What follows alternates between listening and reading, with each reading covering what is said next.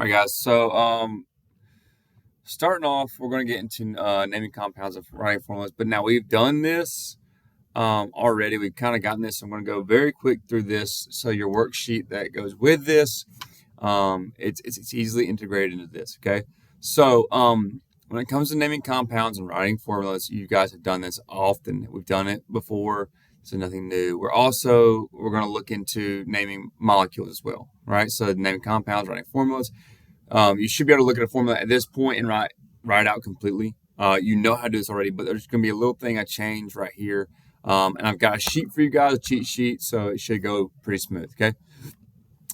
Compound types.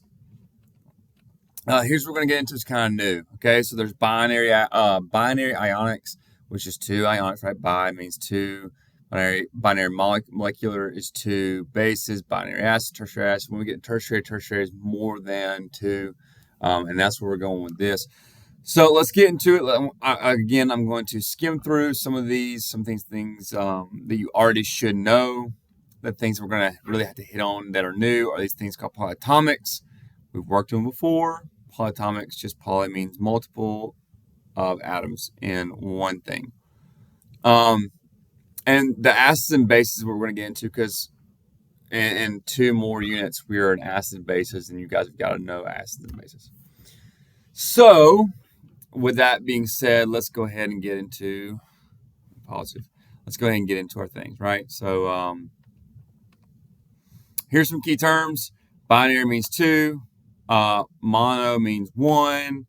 Poly means more than one. Ionic made of ions, so a positive and a anion, so a cation and an anion. Molecular means all nonmetals. Compound obviously is a metal and nonmetal. Tertiary means more than two elements, and that's where we're going to get into these new notes. Okay, so you guys have already know this one, right? So binary ionic is just an NaCl. I just name the metal.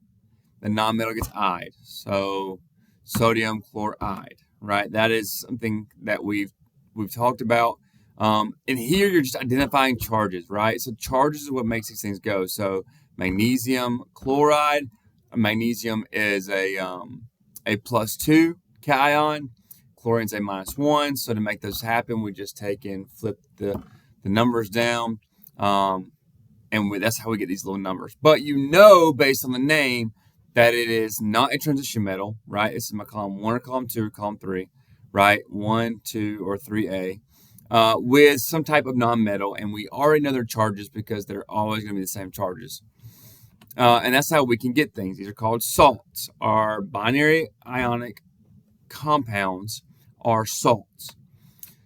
Getting into polyatomic ions, this is where we get a little bit different, but they're very much just the same thing, right? Polyatomic are like when we did our potassium permanganate decomposition lab. That permanganate, the MnO4, that's one thing, but it's multiple atoms in one covalently bonded group. We're going to call those polyatomic ions. Okay, and so they work together, but overall their charge is one known charge. And we have to name them special. Okay. We can go through the Lewis structures, but I don't really care about that. I just need to know you guys know the charge, and I just need to know that you guys know how that metal comes off or that non-metal group comes off. So polyatomic ions. So we have this NO3 right here. So if we have this is a polyatomic. Na is obviously sodium, and then NO3, it has its own naming system. So we just name the cation, which is super easy. Then we just name the anion.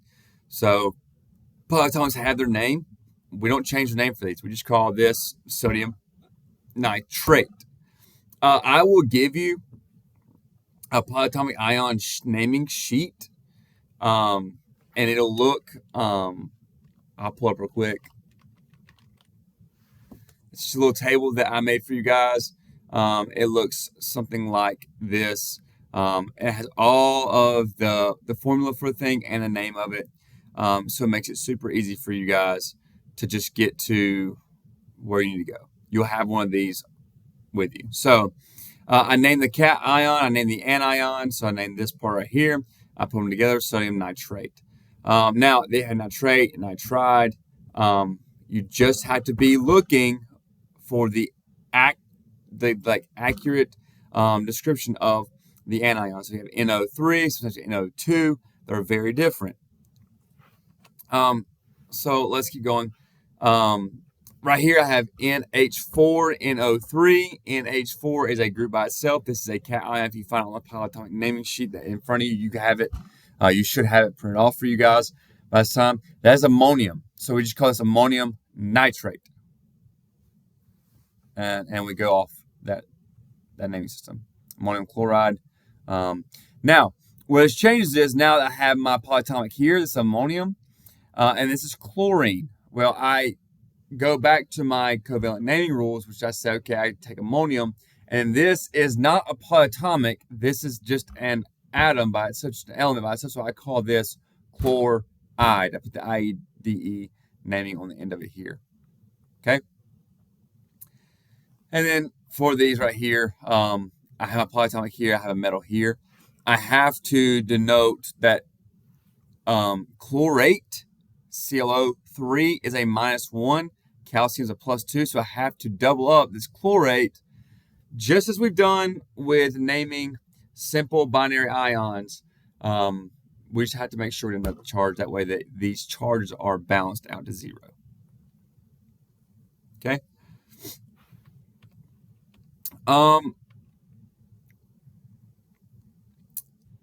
We can get into this naming a little bit. I will ask it one or two times on a test. Just know that if I have a polyatomic ion and it's a negative charge, I do call those oxyanions because I have to know there's an oxygen in them. You guys know oxygen is very important in chemistry for us, especially organic chemistry, but for all of chemistry, oxygen is very important. So if I have an oxygen in my anion that's a polyatomic, I have to call it an oxyanion. Very, very kind of straightforward with that one. Right here, this is magnesium pernitrate. Magnesium is my cation, and then my nitrate pernitrate is my oxyanion. Right here, hyposulfate right here. It's actually just sulfite. Lithium sulfite, right? That's my oxyanions right there. Moving forward to transition metals, this is the new thing that I'm going to show you. Because we know that, again, transition metals are they have varying valence electrons numbers. Okay, so they can sometimes be 2, 3. It depends on which one we're talking about, which element we're talking about. It can have various ones because of that, the orbitals that it has, right? So when we talk about orbital notation, we've talked about that before, and how orbitals interact, we can have varying numbers of valence electrons, which means we can have varying charges. So when we're talking about something like copper sulfate or copper chloride or these things, the copper that we are looking at can be very different depending on which copper it is and then what it's bonding to. So we must indicate the charge of the transition metal in the name. That way we know what we're working with, because copper 1 reacts very different than copper 2. So we had to say what we use, and we use a stocking system. So stock system just means we use a Roman numeral to say, hey, it has a +1 charge, we call it Roman numeral 1. If it has a +2 charge, Roman numeral is 2. The Roman numeral tells me what the charge is for that compound. Let's give an example. Excuse me. So if I have iron right here, iron sometimes is a 2 charge, sometimes a 3 charge. We have to tell what charge it is inside of our compound. So right here I have iron Fe2+. Now I'm going to mark that as iron 2. If I have Fe3+, I'm going to mark that as iron 3. And I use this charge to give my anion my subscript when I write this formula out. Okay, so remember, charges in a compound have to equal 0 because we can't have a compound that has a charge on it floating around because it just won't, because it needs to react to have a 0 charge because everything likes to be level. Again, we have our octet rule, which means everything wants 8 valence electrons, whether we're sharing or transferring. So our net charge has to be 0. So if we're naming something like this, right, CrCl3, well, I can have a few different things, right? So chromium, if I know that chlorine has a 3, chromium can be multiple things, you know, 1, 2, or a 3. So how do I know what chromium is? Well, I know that since chlorine is 3 minus, if I cut this in half here, if I can get my little bar back. Don't know where my bar went. Oh, there it is. If I can cut this in half right here, right? This over here is a -3 charge. Therefore, this chromium over here must be a +3 charge. Does that make sense? So if this is a +3 charge and I only have one of them, that means this chromium right here is a +3. These chlorines, I have 3 of them, right? Totaling to a -3. I know chlorine's a -1, so all 3 of these equal a -3. So when I go to put these together, I know that for every 1 chromium, I have 3 chlorines. Well, if I have 3 chlorines, that means that chromium must be a +3 because I had this written right here. So then chromium, since it's a transition metal, I had to say chromium, give my number for my charge, which is 1, 2, 3, my 3 Roman numbers here, and then call it chloride. So this is chromium 3 chloride. Now, next one I have iron right here. It's this iron oxide. Well, what type of iron do I have? So I cut this in half right here. I know my oxygen is a -2, right? Just for looking at our periodic table, group 16, they have 6 valence electrons. They need 2 more, so they're going to pull 2. So I pull 2, I get to a -2. Well, that means that iron, right here, this is a complete formula. Iron is a +2. Well, iron by itself +2. Now I can write this whole formula out because I know the charge of my iron. I know the charge of my oxide. I know that this iron is an iron 2. So I call this iron 2 oxide. We can do this a few different ways to make it make sense, right? So if we know these charges, we can go ahead and just do this method where we do the crisscross and go ahead and cross these over. Give our lowest, right? So we can't have Fe2O2. We know that already. We can find a common factor for these and divide both these by 2 and just get FeO. So we must have a lowest if we know these are both 2, so we can just go ahead and write Fe2 here, okay? Now, I know that might have been a little quick. You can go back, just rewind the video and watch it a couple times if you need to watch it a few times. But I do have a worksheet for you guys that you guys can work on to kind of work through these problems, and you can email me. Okay. The next one we're going to go through, I have this up here. These slides are on Google Classroom as well, so you can go back through and look at the slides and look through. I have a lot of these for when we're in class, but I got to make this video very short. So those are transition. Okay. Binary molecular structures. Okay, now we're talking about molecules on 2 non-metals. We got to make sure we do our prefixes. So I made this thing right here for you guys. This little chart, and it says it has an unknown. So you just plug your unknown in, and then it asks a question.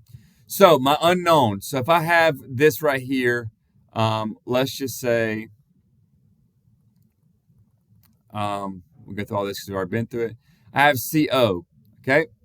Well, my little cheat sheet says if I have CO, it doesn't start with a metal. C is not a metal, so no. Okay. Is it a covalent bond? Obviously, it has to be a covalent bond. Okay. So no, it's a covalent bond.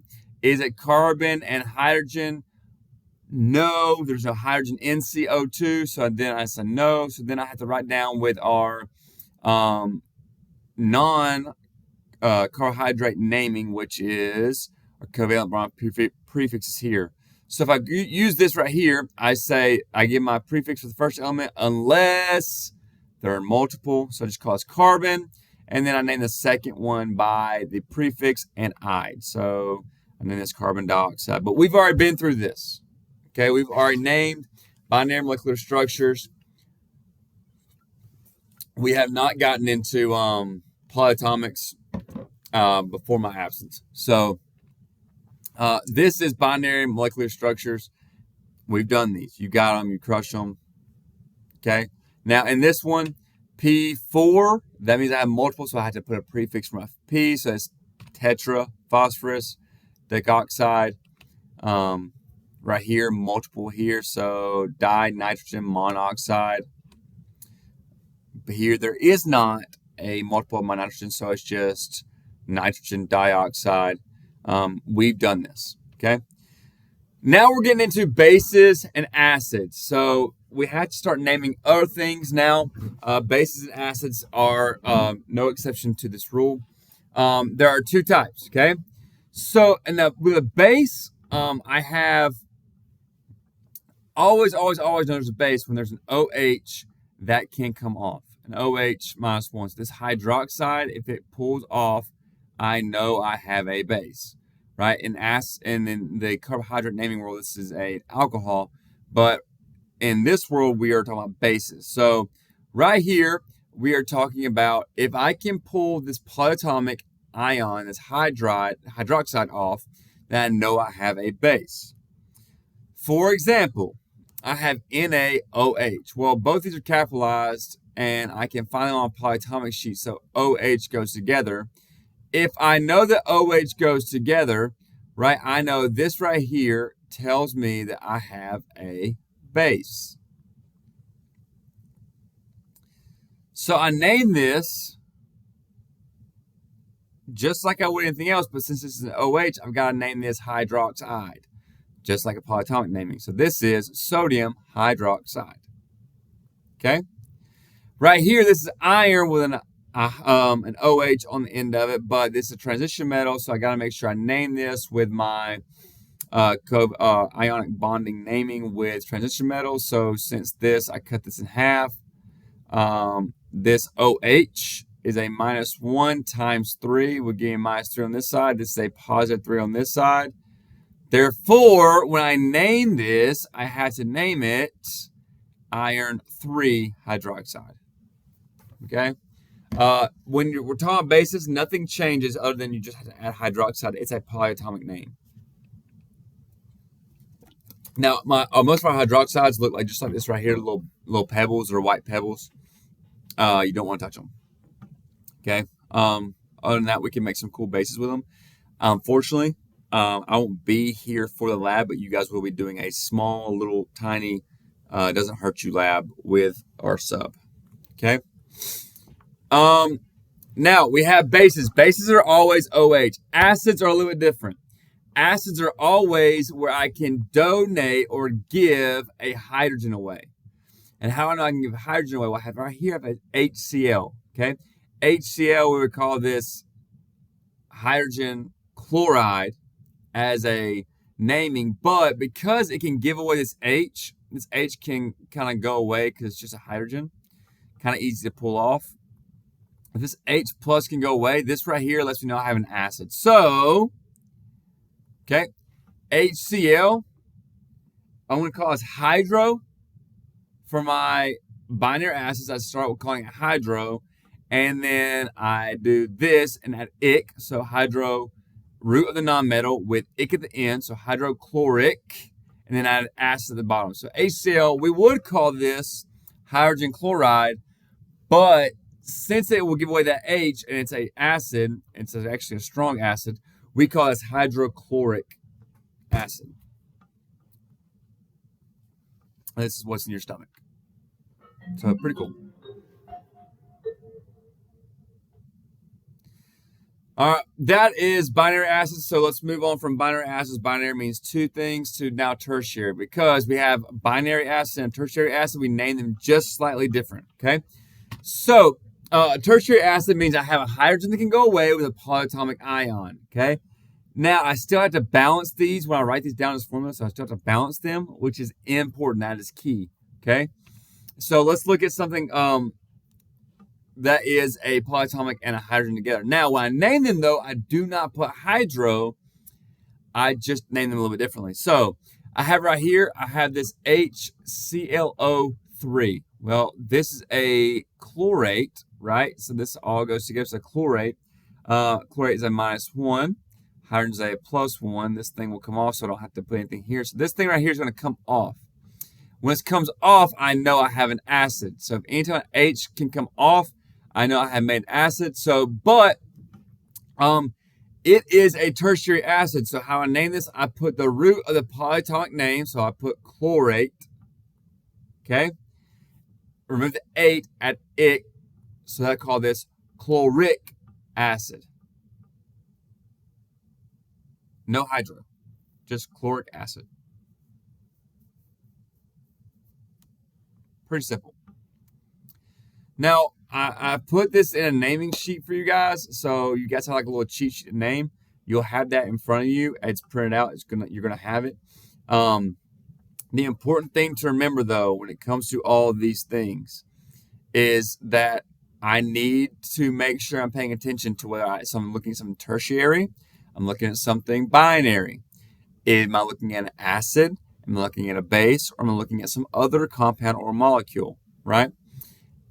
The thing I would write down a star is if an H can come off, that's an acid.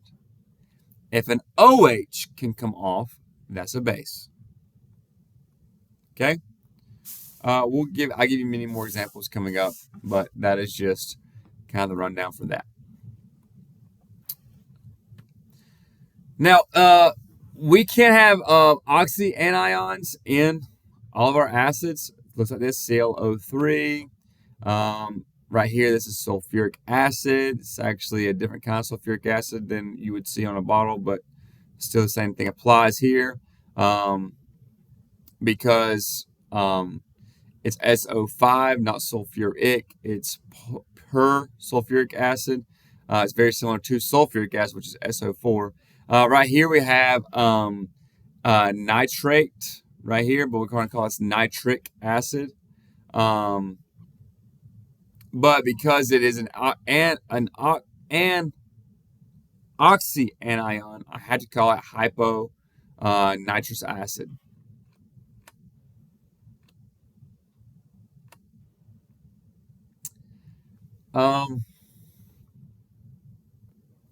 The next two slides you guys can check out on your own because they're just reviews. This oxidation numbers, I hope you write them down somewhere and you keep them because they're key. Okay. When we talk about oxidation numbers, we're talking about the valence electrons and the bonding of the valence electrons. Okay, so I'm gonna put some stuff on these next couple slides that you guys are going to need. Okay, first thing we're going to talk about is that a group 1 has one valence electron, which means it loses one electron, becomes positive. Group 2 has 2 valence electrons. It wants to lose 2 electrons, become 2 positive. Groups 3 through 12, we know they'll vary. This is stuff that we've already talked about, but I'm putting it in a different format, so hopefully you write it down and can remember it. Okay? And then we pick up at group 13. We call group 13 also 3A because we can clearly know what it is. So it has 3 valence electron, loses 3. This we're at our tipping point, right? Because group 14 is now our tipping point where it has 4 valence electrons. It doesn't really want to gain 4. It doesn't really want to lose 4. It kind of just wants to share those. Give me a +4, give me a -4. Okay. Group 15 is now where we go on the other side of the trend. So we were at our cat ions, they're positive. Now we're coming back to our anions because they're negative. All the way over to group 18. Group 18 has 8 valence electrons. They do not want to gain or lose. And this is why we call them the noble gases, because they think they are better. I'm personifying elements, but they're better because they don't want to react. Okay. The next few slides are just a review of things we talked about. I encourage you guys to go and look through them, okay? Your worksheet that accompanies this PowerPoint is fairly easy if you're using this PowerPoint to run through them. There's going to be a video tomorrow kind of clearing up the worksheet, or maybe Wednesday to clear the worksheet. I may give you guys just a day to just work on the worksheet. Either way, if you have any questions, email me. If you have any just wants to see something, put it on an email and email it to me. That way I can make a clarification video on Thursday. That way Friday we can work on clarifying some things. Other than this is our format. I hope you guys are doing well. I do miss you guys already. I hope you have a fantastic day. I will see you in the next video.